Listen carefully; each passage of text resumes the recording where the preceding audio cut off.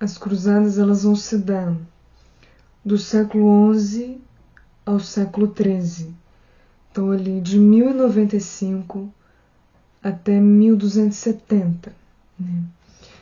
Então, elas eram expedições que tinham tanto caráter militar, né, de guerra, de conquista, quanto religiosos. Né? A gente vai ver quais são esses fatores religiosos. E qual que é a definição principal, né?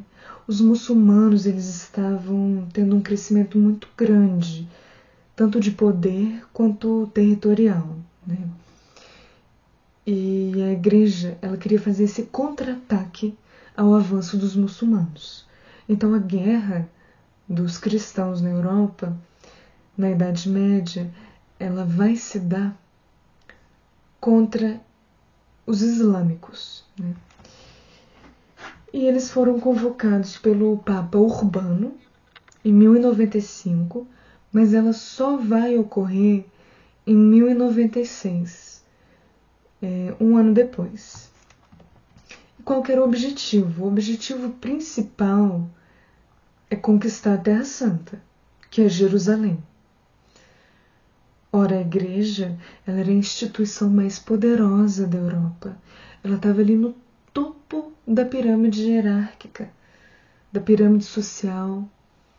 Ela era a classe mais poderosa da época. Ela dominava a Europa. Que vergonha para a igreja não ter domínio do território que era mais sagrado para os cristãos, que era Jerusalém. Bom, então, é por esse fator que eles fizeram a guerra? Não só, né? Porque havia uma escassez de terras que estava acontecendo, que estava atingindo a nobreza. Havia uma política feudal, que está no vídeo sobre feudalismo, chamada de suzerania e vassalagem. Ora, eu sou um senhor feudal e eu vou dar vários pedaços da minha terra para vários nobres. Então, esses nobres que vão ganhar pedaços de terras que antes eram minhas e agora vai para eles, eles vão ser senhores feudais, donos de terras também, com seus próprios camponeses e tudo mais. Porém, eu sou suzerano deles, e eles são meus vassalos, porque eles receberam a terra de mim. E se eu precisar de ajuda econômica, e se eu precisar de ajuda militar, eles vão ter que me ajudar. São relações de honra, relações de lealdade. Vai ter até uma cerimônia para oficializar esses laços. Então,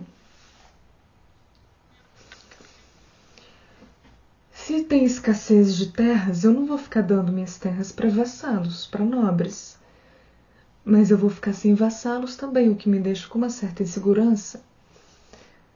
E outro problema também das escassez de terras era que apenas o filho homem mais velho era herdeiro. Vamos supor que eu sou o segundo irmão mais velho. Eu não vou herdar nada. Mulher menos ainda, não herda nada mesmo. Então, os filhos homens, que não eram os mais velhos, eles viam na guerra das cruzadas uma oportunidade para que eles pudessem conquistar suas próprias terras, né?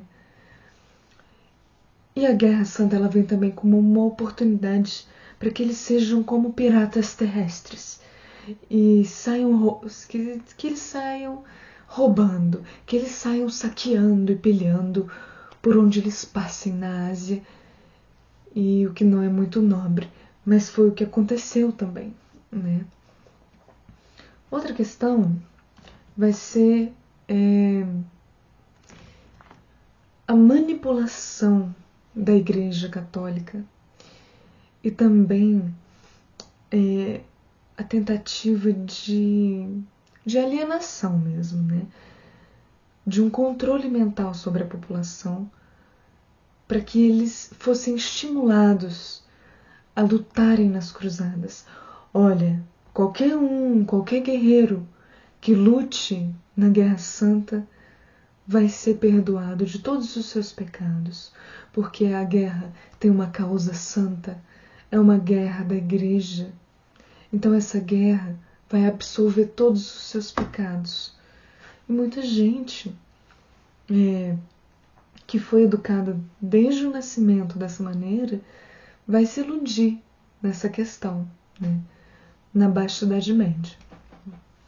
Bom, outra questão vai ser que havia um grande crescimento da população naquela época, um aumento demográfico, né?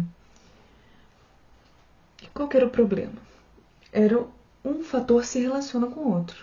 Está faltando terras, o aumento da população está muito grande, né? Porque o sistema de produção feudal ele não estava atendendo mais todos, já não atendia todos, né?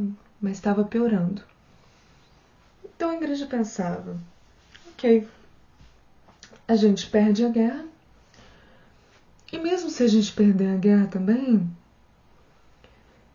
pelo menos diminui a população. Se a gente ganhar, que bom. Se a gente perder, ok também, né? Então, eu vou pôr uma foto aqui.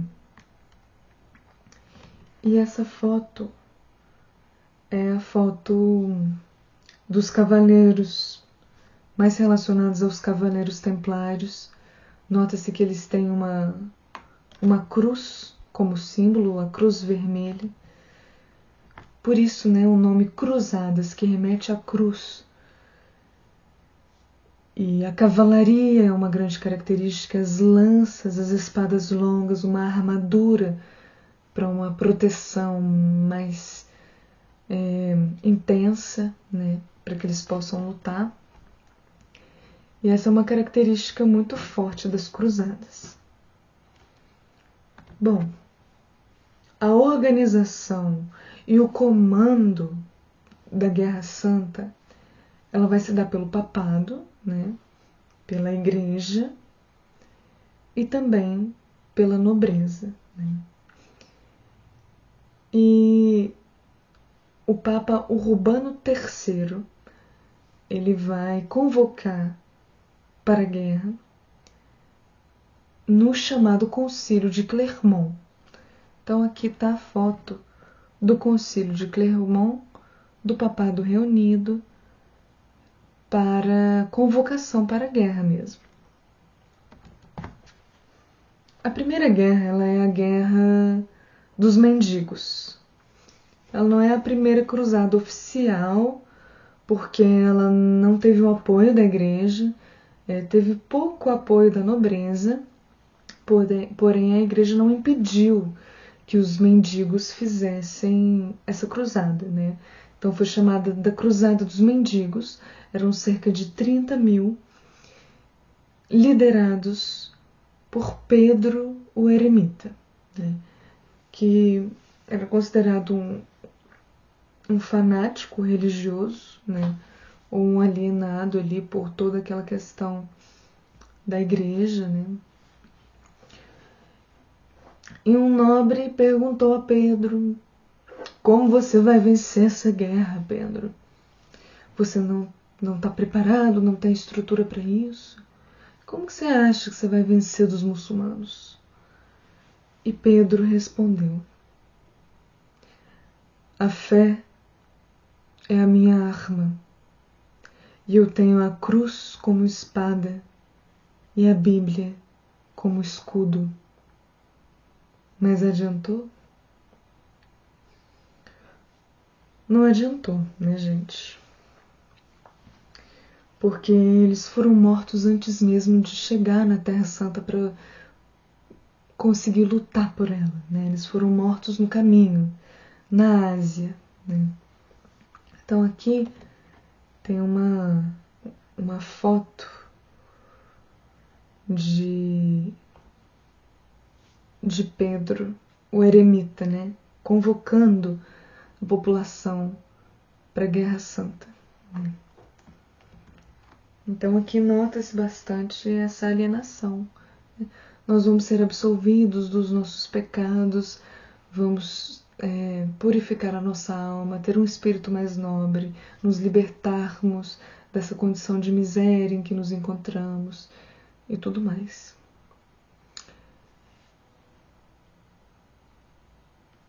A segunda cruzada, ela foi, na minha consideração, uma das cruzadas mais importantes de todas as cruzadas, porque vão ter várias, né?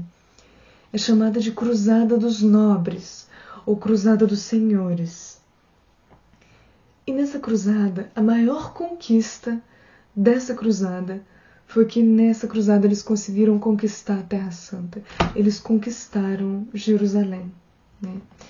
E não só Jerusalém, né? O Principado de Antioquia, que pegava ali partes da Turquia e da Síria, o Condado de Edessa, na Turquia, e Trípoli, na Líbia, e foram conquistando outros territórios, mas principalmente Jerusalém.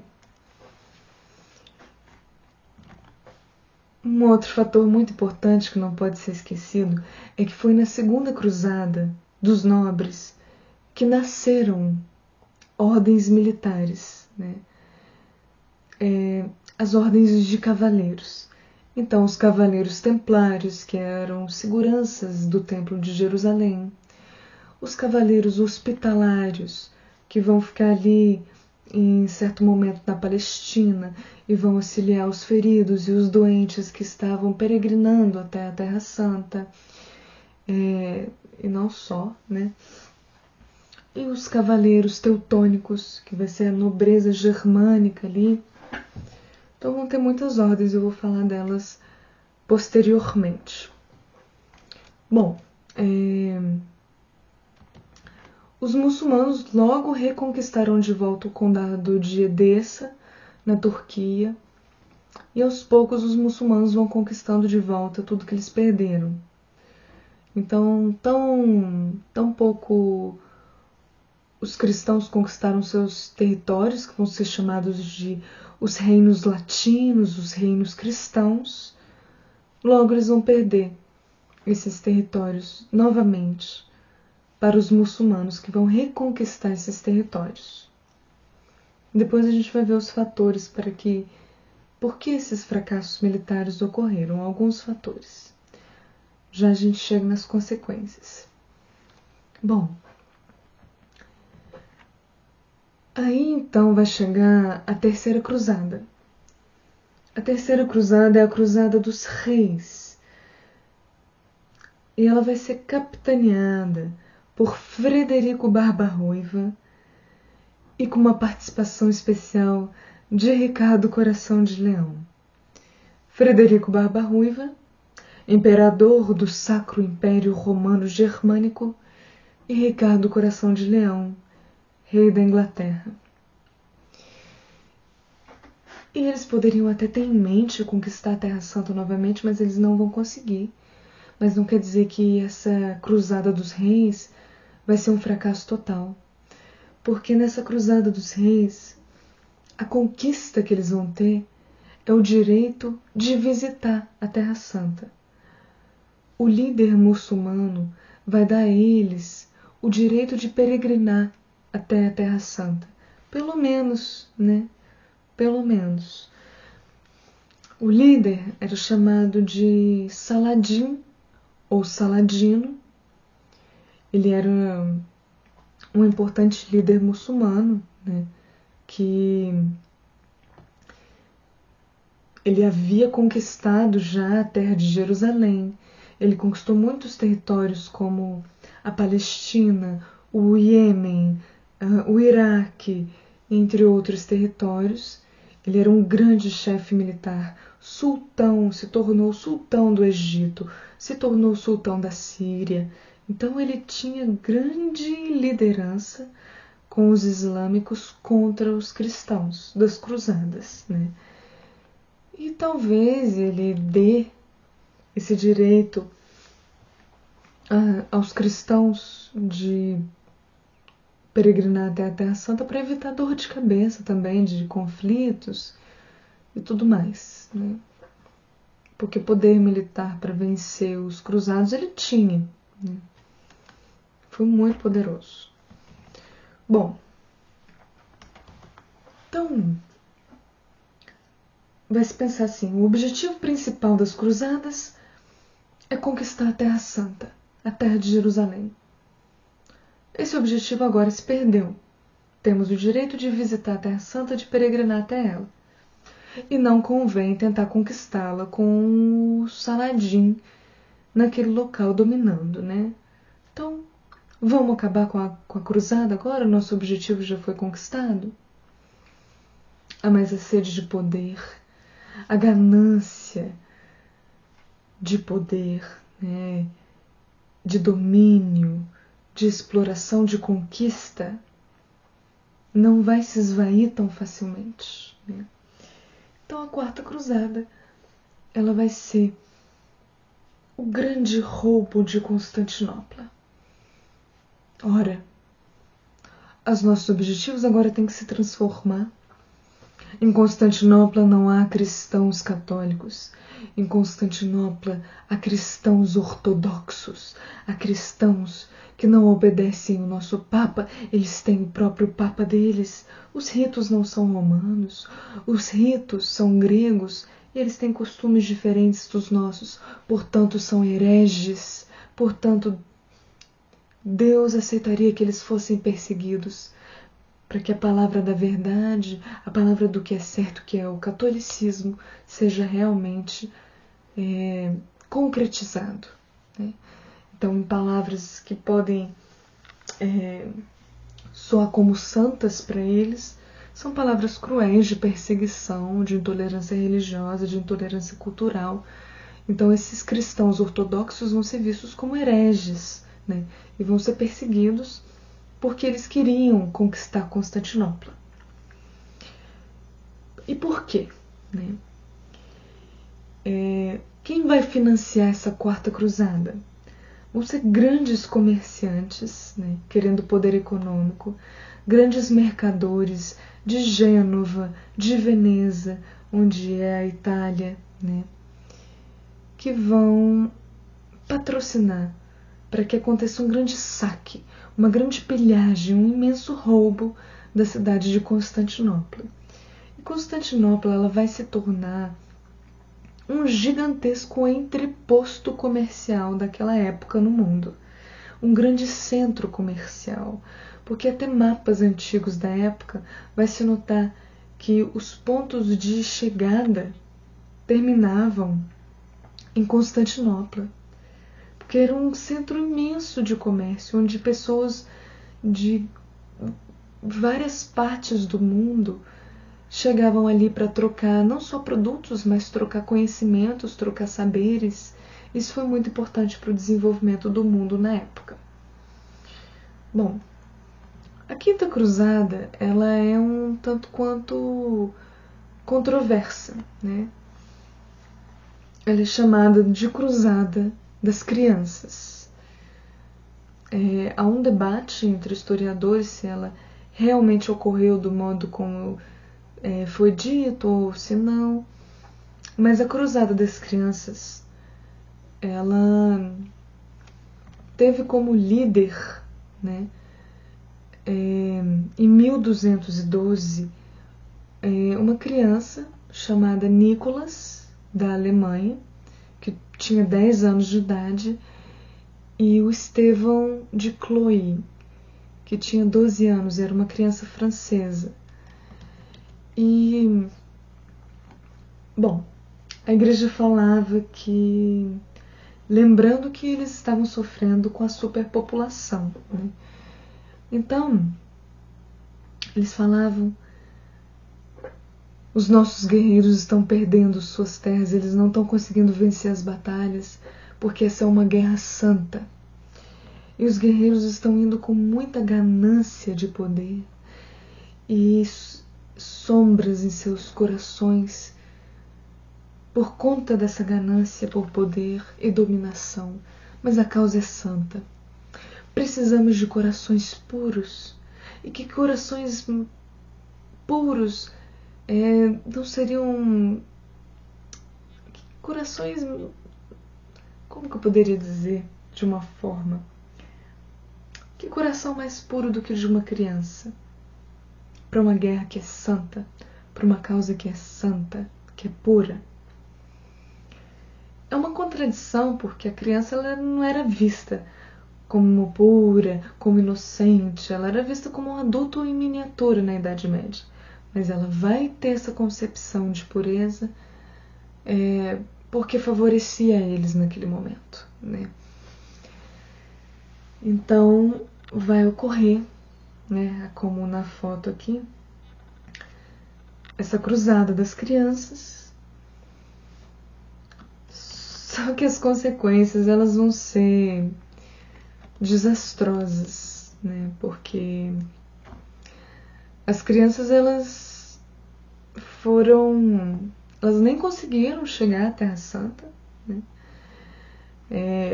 Grande parte foi morta, mas a maioria mesmo foi escravizada, né? Foi sequestrada e foi escravizada pelos muçulmanos. É uma tragédia, né? 30 mil crianças, grande parte morta e a maior parte escravizada brutalmente, porque a igreja ela foi permissiva de que 30 mil crianças fossem para a guerra, lideradas por uma criança de 10 e outra de 12 anos. Bom,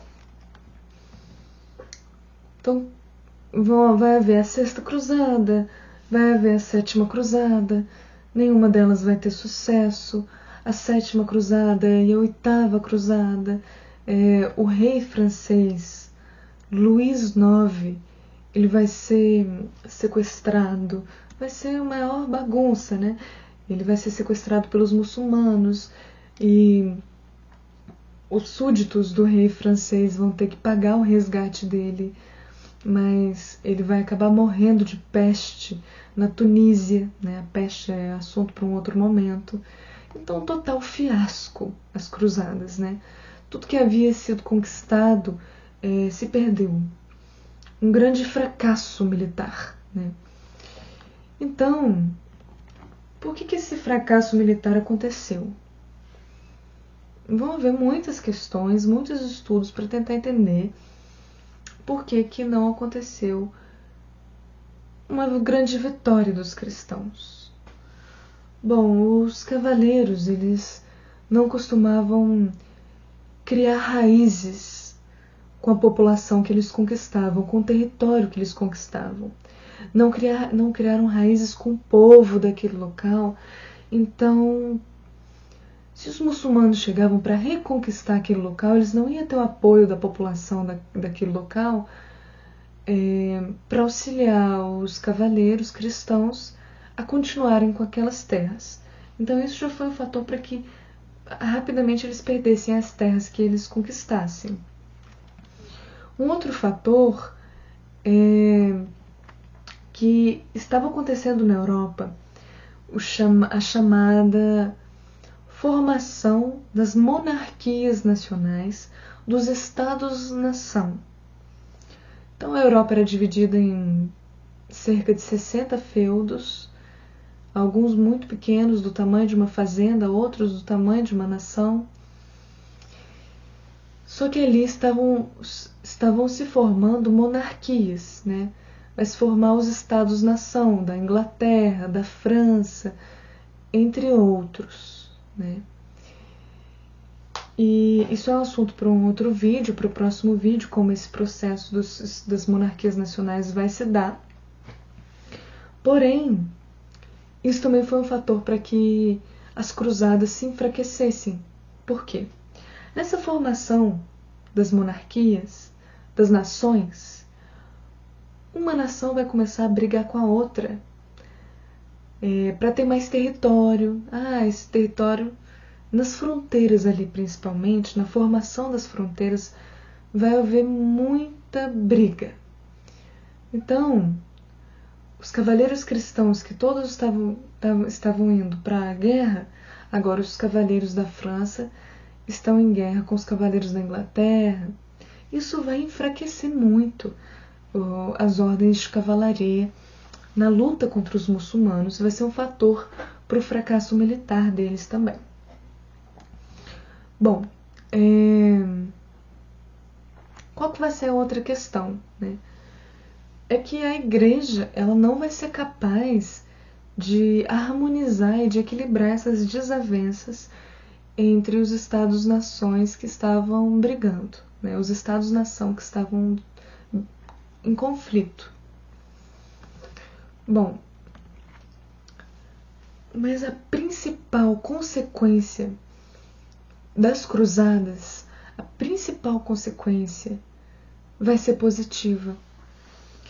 Porque a cruzada, a Guerra Santa, ela vai ter uma grande conquista. E essa conquista, uma das partes mais importantes desse vídeo, é que as cruzadas conseguiram que houvesse uma abertura do mar Mediterrâneo. Por quê? Porque o que foi o feudalismo? O mar estava inundado de muçulmanos. A Europa não tinha para onde sair com seus navios para fazer comércio com outros povos. Ela ficou encurralada. Ela teve que plantar o seu próprio alimento no feudalismo. Ela teve que praticar o escambo, né, trocando produtos porque não tinha mais condições de se fabricar moedas. Então ela entrou num processo de ruralização, de estagnação, de paralisação técnico-científico. E o domínio do mar Mediterrâneo pelos muçulmanos foi um grande fator para que isso acontecesse na Europa.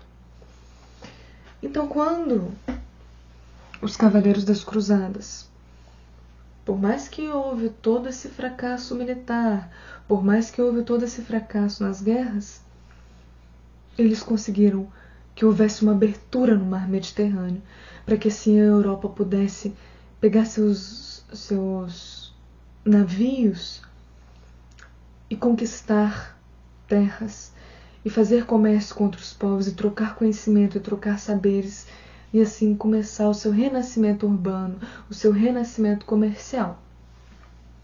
Cruzada vai ter esse ponto-chave para entender a decadência do feudalismo, né? Então, a volta do renascimento comercial e urbano e o surgimento do capitalismo com as feiras medievais, os banqueiros que vão se originar, o ressurgimento das atividades monetárias, a decadência do feudalismo vai ter grande importância com a abertura do mar Mediterrâneo por conta das cruzadas. Fator principal aqui e mais importante desse vídeo. Mas antes de terminar o vídeo, acho que seria interessante colocar algumas considerações de algumas curiosidades, né?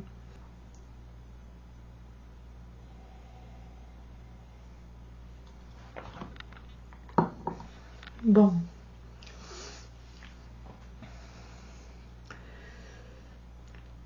vão haver muitos tipos de cruzadas, né? Vamos ver as chamadas cruzadas bálticas, que vão ser os cristãos contra diversos eslavos, né? Diversos reinos de cristãos contra os eslavos, as cruzadas nos Balcãs, a cruzada albigense, que vai ser a cruzada contra os cristãos hereges. Vai ter, acho que uma das mais importantes, vai ser chamada Guerra da Reconquista. E aqui está mais atrelada ao Brasil também, né? Porque a Guerra da Reconquista, ela está muito ligada a Portugal. E a história de Portugal, ela também é importante para a gente entender a história do Brasil, né? Então, o que foi a Guerra da Reconquista? Os muçulmanos, eles dominavam a Península Ibérica. Então, a Península Ibérica, a maior parte vai pegar ali Portugal e Espanha. Então, desde 710 até 1295, ou seja, desde o século VIII até o século XIII, por centenas de anos, os muçulmanos dominaram a Península Ibérica. Então, no vídeo que eu falo sobre os islâmicos, a civilização islâmica, o Portugal traz, mas não só Portugal, um legado árabe cultural muito grande que veio para o Brasil também. E o que foi a Guerra da Reconquista? Foi a reconquista dos cristãos ao território da Península Ibérica, né? Então houve muita guerra entre cristãos e muçulmanos na Espanha, em Portugal. E o contexto final dessa guerra de reconquista vai se dar com a tomada da cidade de Granada, na Espanha, que foi o último reduto ali, o último refúgio dos muçulmanos. Outro fator interessante é que como que era a disciplina militar dos cavaleiros? Eles eram disciplinados? E por quê? E se eles não fossem, quais eram as punições? Bom, vamos pegar aí a Cruzada dos Reis, por exemplo. Como eram os cavaleiros na Cruzada dos Reis? Frederico Barba-Ruiva e Ricardo Coração de Leão. Vamos supor que eu goste de apostar. Eu gosto, porque naquela época tinha dados, tinha jogos de azar. E eu adorasse jogos de azar.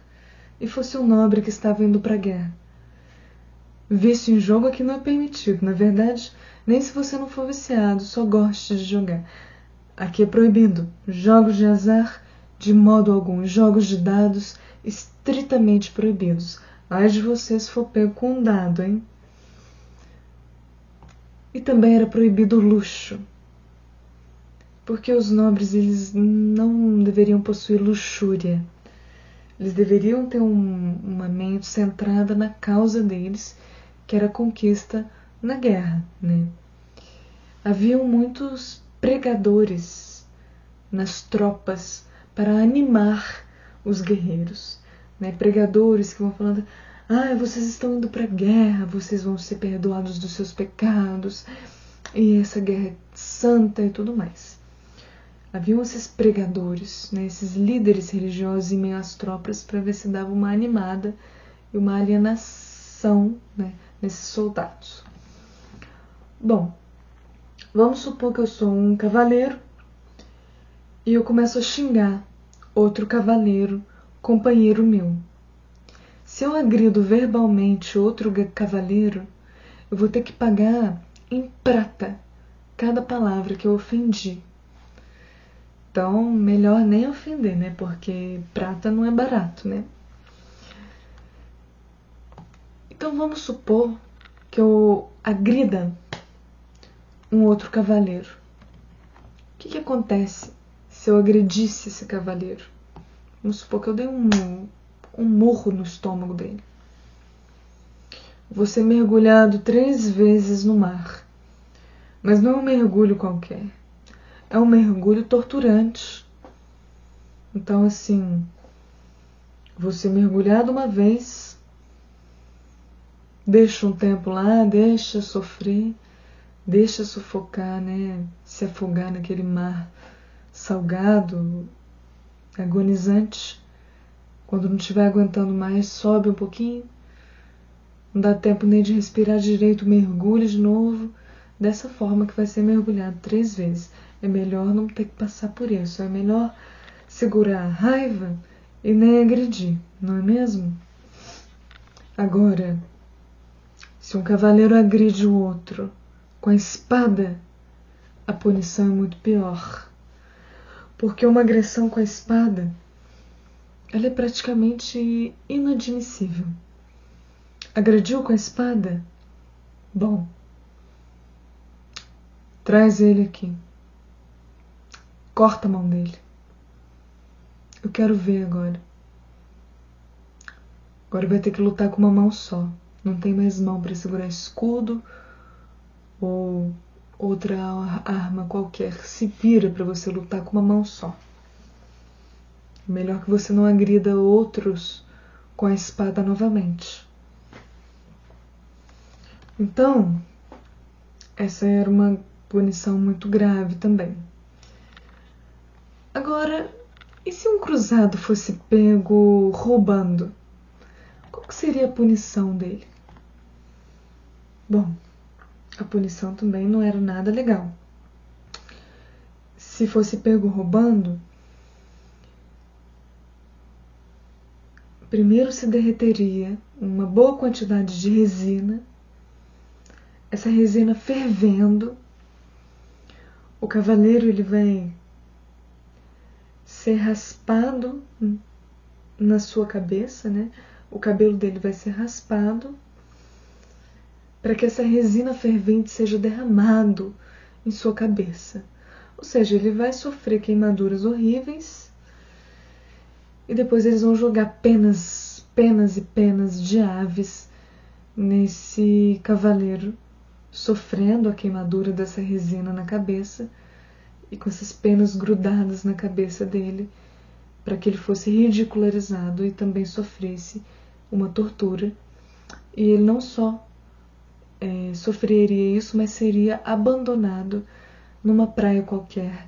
Na primeira praia que eles atracassem, ele ia ser abandonado, provavelmente morto, na região que ele estivesse, né? Por algum que aparecesse, ou morto de fome e tudo mais. Não sobreviviam praticamente, era difícil. Então não era fácil, né? Por isso eles eram bem disciplinados. Bom, eu falei que eu ia falar um pouco sobre as ordens de cavaleiros, né? As ordens militares. Não sei quanto tempo de vídeo tem aqui, mas 40 minutos. Acho que lá vai mais uns minutinhos ainda. Bom, os Cavaleiros Templários, eles vão se dar ali em 1118, né? E eles se tornaram extremamente ricos. Os Cavaleiros Templários se tornaram praticamente banqueiros, né? E muitos estados, nações mesmo, estavam devendo para os Templários.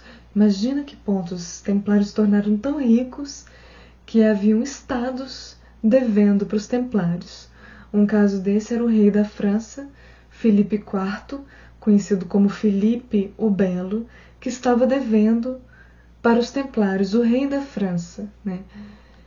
E o rei da França, o Filipe IV, ele não queria pagar os Templários, né? O rei da França, ele queria, na verdade, ele queria mais dinheiro ainda, porque ele queria recursos para lutar contra a Inglaterra.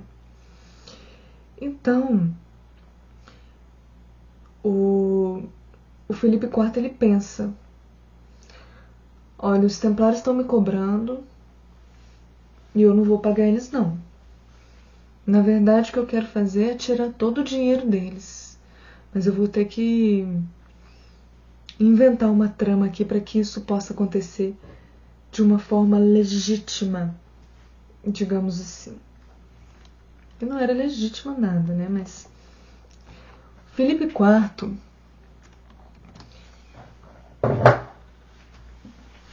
deixa eu ver um pouco.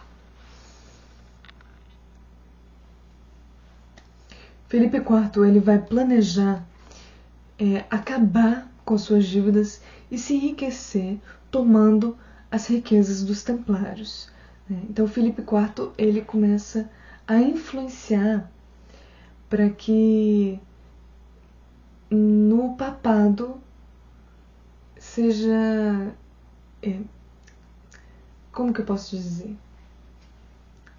O Filipe IV ele vai influenciar para que o Papa seja um papa francês, né? Que chegue no papado um francês. E vai chegar, né? Em um determinado momento, o Clemente V, que era um papa francês, e ele era muito subordinado, submisso aos desejos da França, coisa que o Filipe IV desejava muito que acontecesse, e aconteceu, né? Isso vai facilitar para que os templários comecem a ser perseguidos, porque o papado agora ele vai auxiliar para que isso aconteça, né? Então, em 1307, os templários na França, eles vão ser presos, né? Eles vão ser capturados. E os legistas, né, os legisladores franceses da época, eles começaram a fazer pesadíssimas acusações contra os templários para tentar justificar a prisão deles, né? E disfarçar as reais intenções daquela prisão, que era o interesse de Filipe IV no dinheiro daqueles templários.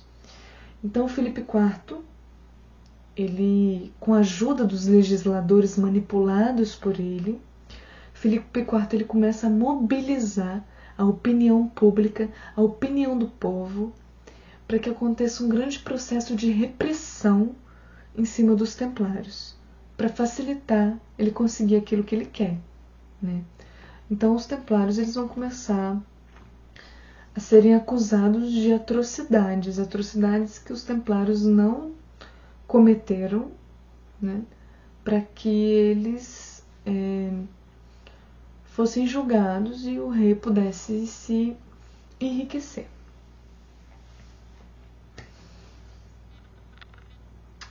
Bom, os rituais, né, os ritos dos templários, eles eram marcados por muito misticismo, né? Porque eles faziam reuniões secretas, ou seja, reuniões que só eles participavam, e essas reuniões ninguém sabia o que acontecia ao certo, né? Então abriu uma margem, uma brecha para que esses legistas inventassem coisas que aconteciam nessas reuniões que eram secretas. E já que ninguém sabia o que acontecia, abria brecha para essas mentiras.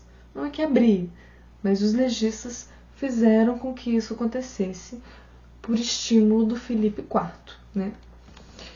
Então, muitos templários eles vão preferir morrer, né?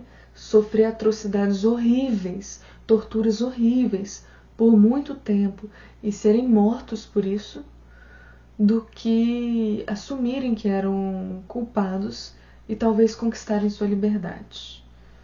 Porque para eles era um cúmulo falar que eles eram culpados não sendo culpados.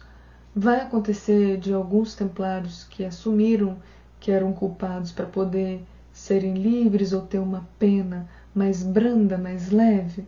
Sim, e não podemos culpá-los por isso, porque sofrer tortura, sofrer atrocidades é algo que o humano ele não está preparado mentalmente para isso, né? Então,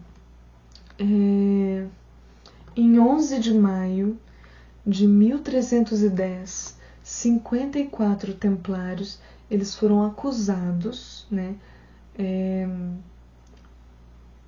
de sofreram grandes acusações, e eles receberam então uma penalidade, mas eles persistiram na inocência deles e aí, por isso sofreram um longo período de torturas.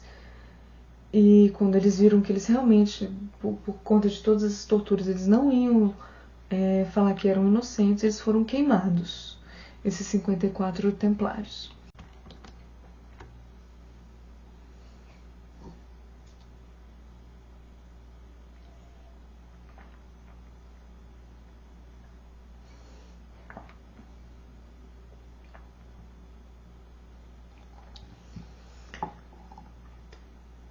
Em 1311,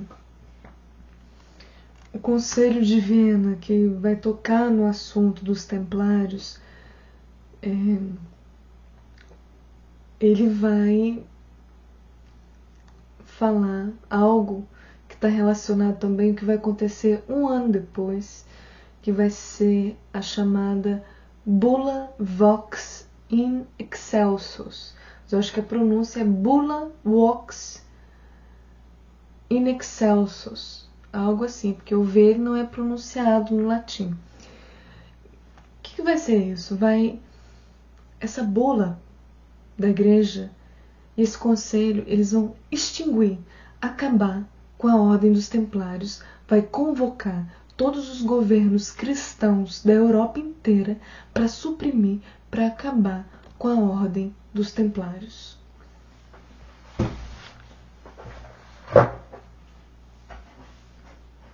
Então,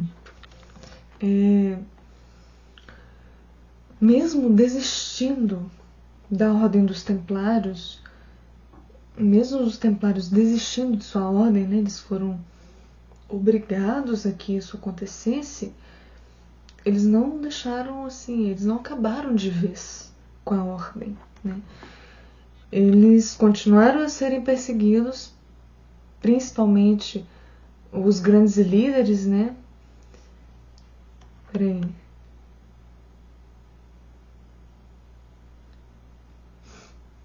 Quero espirrar.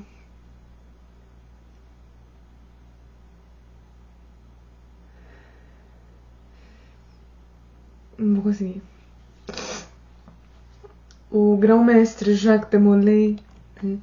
O Geoffroy de Charnay da Normândia, eram mestres importantíssimos, né, para os cavaleiros, e eles foram executados em 18 de maio de 1314 em frente à Catedral de Notre-Dame. Eles haviam sido condenados à prisão perpétua, na verdade, mas eles se revoltaram de terem sido acusados de prisão perpétua e foram queimados por conta disso.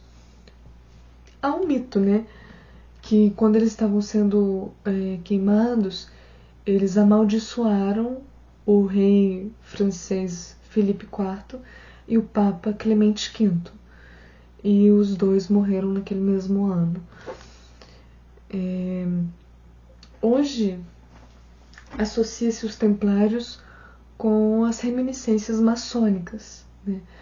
Na Revolução Francesa, por exemplo, quando a cabeça do Luís XIV ela foi cortada na guilhotina, disse que houve um grito, né?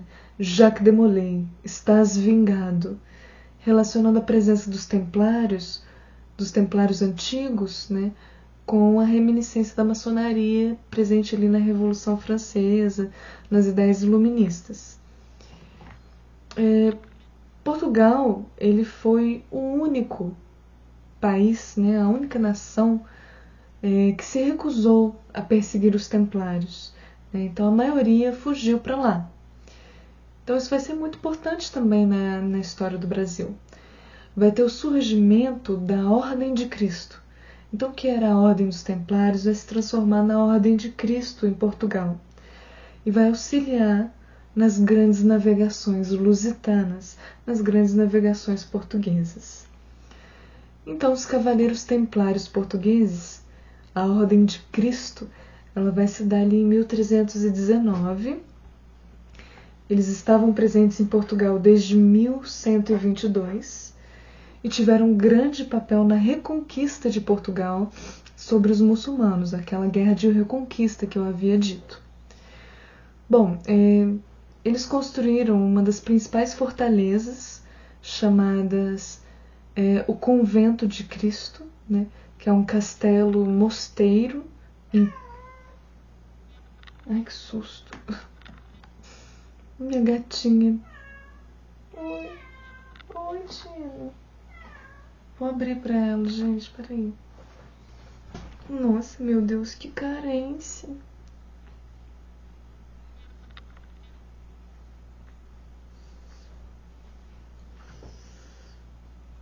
Essa é a Tina, gente.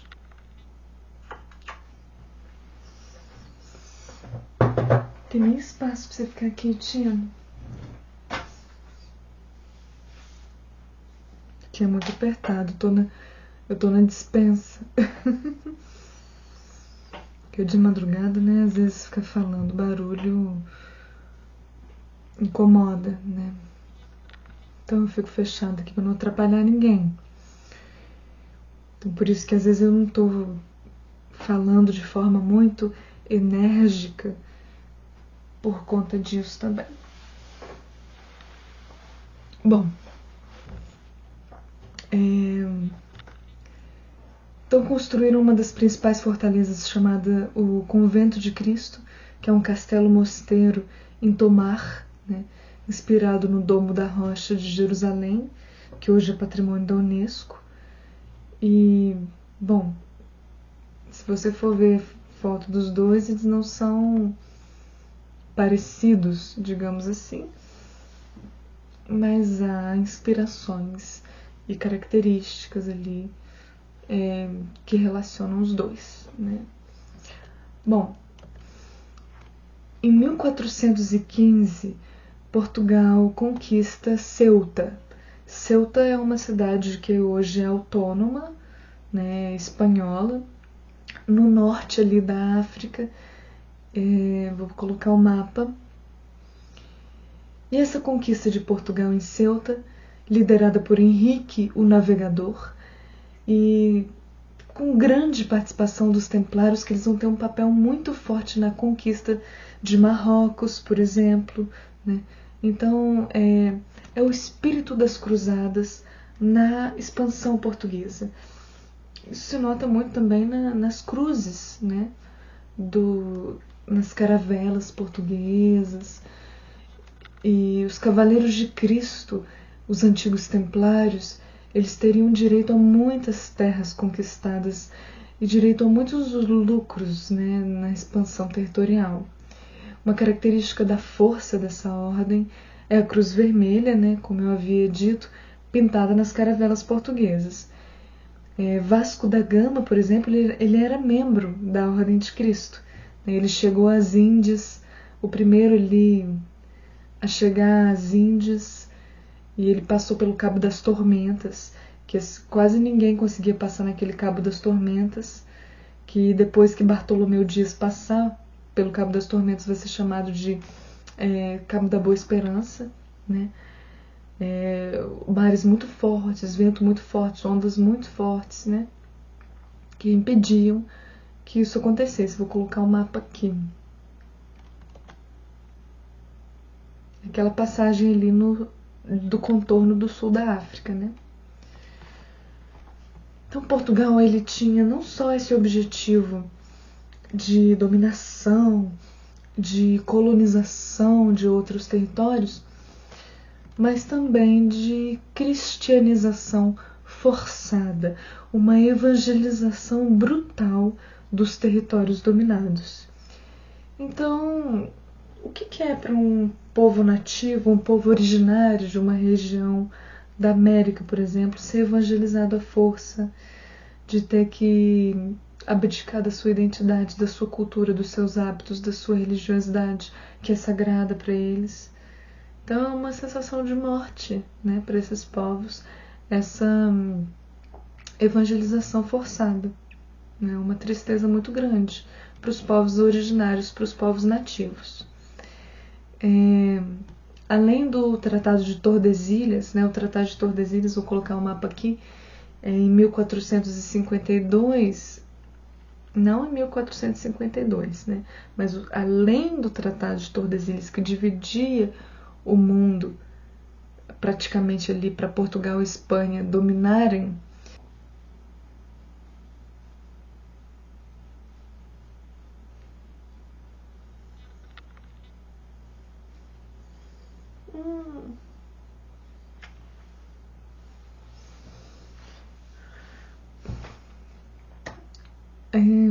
teve o Tratado de Tordesilhas, né, que dividiu o mundo praticamente para Espanha e Portugal conquistarem.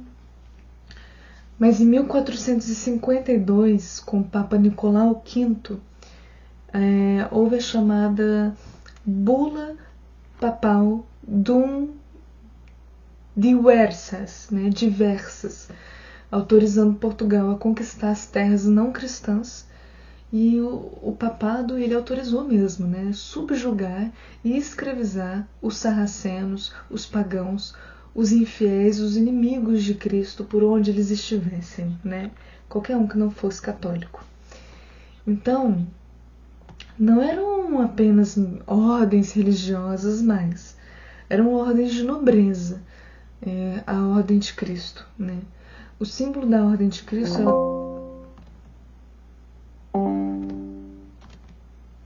Ai, tá acabando a bateria.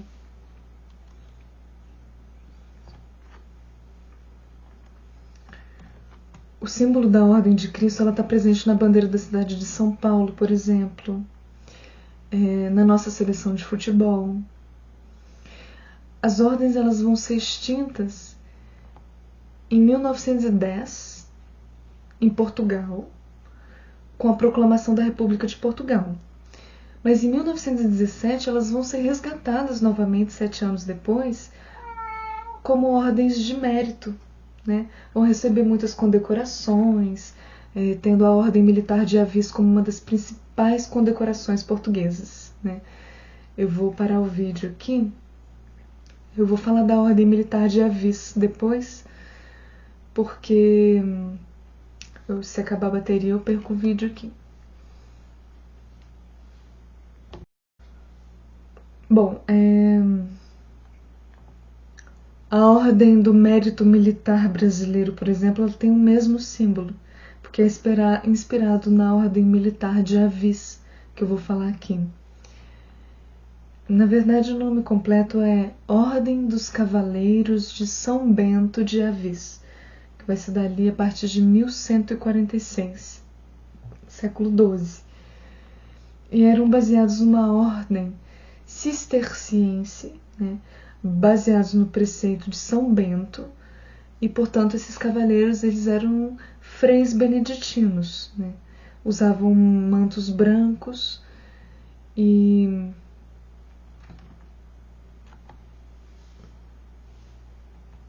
não adianta, vou ter que pegar o carregador. Peraí. Pronto, só para finalizar aqui. Em 1211, na cidade de Avis, houve a retomada portuguesa sobre os muçulmanos, e Dom Afonso II, que vai dar algumas terras de Avis à Ordem de São Bento, né, aos freis beneditinos, sob a condição de que aquela região, naquele lugar, fosse construído um castelo para fortalecer as defesas daquela região. E esse castelo foi a sede dos cavaleiros de Avis, né, de São Bento. Bom, foi assim o nome Ordem dos Cavaleiros de São Bento de Avis, que antes eram freis de Santa Maria de Évora. Essa ordem de cavaleiros, ela foi extremamente importante, porque ela auxiliou Portugal a se consolidar como um reino. Em 1383, na guerra entre Portugal e o reino espanhol de Castela, por exemplo, foi importantíssimo. Se Avis, a Ordem dos Cavaleiros de Avis, ajudou Portugal a se formar como um reino, ela auxiliou também indiretamente nessa conquista do Brasil. Né? É muito importante a gente entender também a história de Portugal para entender os antecedentes da história do Brasil. Né? Com apoio de grandes comerciantes, né, de grandes mercadores, apoio da nobreza, apoio dos ingleses, os lusitanos eles vão ter uma vitória sobre o reino espanhol de Castela. É a chamada Batalha de Aljubarrota, né, Aljubarrota, onde os portugueses eles vencem. E o exército espanhol ele era muito maior que o dos portugueses, né, e os espanhóis ainda tinham a ajuda dos franceses. E mesmo assim os portugueses conseguiram ganhar com a ajuda dos ingleses. Né. Os cavaleiros de São Bento, né, da Ordem de Avis, eles combateram nessa batalha. E o exército ele foi liderado por um cara chamado... É um cara que estava pretendendo ser rei de Portugal, né, que era o João. Ele era o grão-mestre dos cavaleiros de São Bento de Avis, e ele vai ser o rei de Portugal, né, da casa de Borgonha, uma casa muito importante, muito conhecida.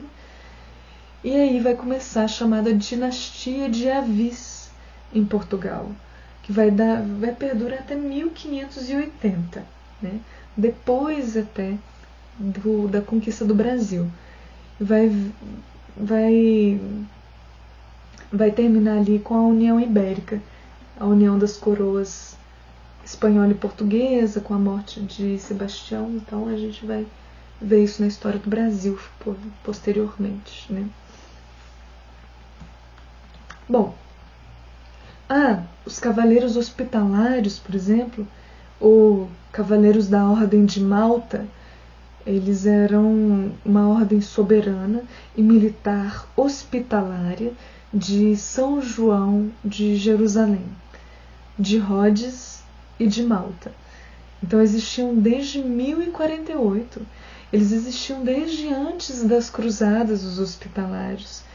E eles fizeram parte das conquistas, fizeram parte das guerras, né? Ajudaram a deixar a ferida da cicatrização, a ferida da colonização na América, por exemplo, principalmente na América Central. E possuem algumas ilhas, né?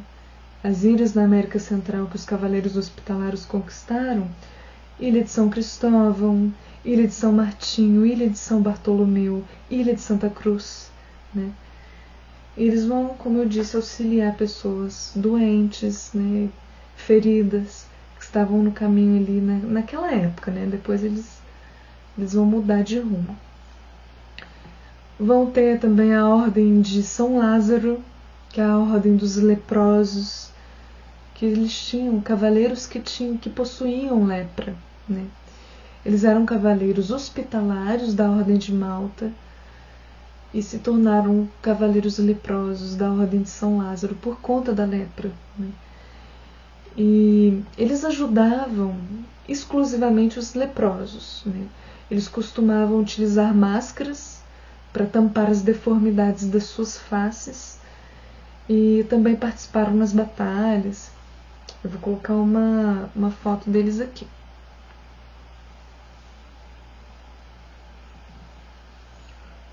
Bom, haviam também os cavaleiros teutônicos. Vai ser interessante colocar uma foto deles aqui também. Nota-se que eles têm elmos na cabeça muito extravagantes. Eles usavam chifres nesses elmos, penas de aves. Eles tinham a característica de serem muito mais militares, guerreiros, do que religiosos, né? Eles criaram até um estado, né, chamado Estado da Ordem Teutônica, que fica ali acima da Polônia e da Lituânia. E lutaram em grandes batalhas contra os mongóis, né? Tem um vídeo também falando do Império Mongol. E eles perduraram por muito tempo, né? Até o fim das cruzadas, né? As cruzadas vão acabar em 1270, no século XIII, mas eles vão perdurar até o século XIX, em 1809, só quando Napoleão vai determinar a extinção da ordem deles, dos cavaleiros teutônicos. Mas em 1929, no século XX já, o Papa Pio XI, ele restabelece a existência da ordem dos teutônicos, mas não mais seria uma ordem militar, mas uma ordem do clero católico. E existe até hoje. É a ordem que existe até hoje. Existe na Áustria, existe na República Tcheca e mantém muitos hospitais, muitas casas de repouso, né? É muito interessante. Bom, tem muito para se falar das cruzadas. O assunto é extremamente vasto, é enorme, porém eu vou ficar por aqui. Espero que eu tenha contribuído um pouco, né, para o interesse de quem quiser se aprofundar mais no assunto, ter uma base. Espero que tenham gostado. É isso. Obrigada.